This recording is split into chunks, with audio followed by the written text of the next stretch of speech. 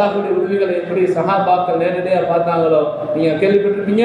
ஒரு புதிதாக இஸ்லாத்தை ஏற்றுக்கொண்ட பெண்மணி தன்னுடைய குழந்தை வஃபாத்தாகி விடுகின்றது. உடனே என்ன செய்யறாங்க, 2 ரக்காயத்தை நம்ம தொழுது அல்லாஹ்ட்ட கேட்டாங்க, ரப்பே இந்த அந்த குழந்தை மௌத்தான குழந்தைக்கு நீ நாடினால் உயிர் கொடுக்க முடியும்னு சொல்லி துவா செய்யறாங்க. அல்லாஹ்வுடைய கிருபையில மௌத்தா போன அந்த குழந்தைக்கு இந்த பெண்மணி தொழுத அந்த 2 ரக்காய் மிகப்பெரிய மாற்றத்தை ஏற்படுத்தி போன உயிர் மீன் வந்தது என்று சொன்னால், நம்ம தொழுகையின் மூலமாக சாதிக்க முடியாத விஷயங்களை கூட, சாத்தியமில்லாத விஷயங்களை கூட சாதிக்க முடியும். எப்பேற்பட்ட அந்த தொழுகையிலே நாம் என்ன செய்யறோம், அல்லாஹ்ட்ட நம்ம தொழுது நம்ம அழுது துவா செய்யும் பொழுது அந்த காரியங்கள் நமக்கு அல்லாஹ் வெற்றியாக்கி தருகின்றான்.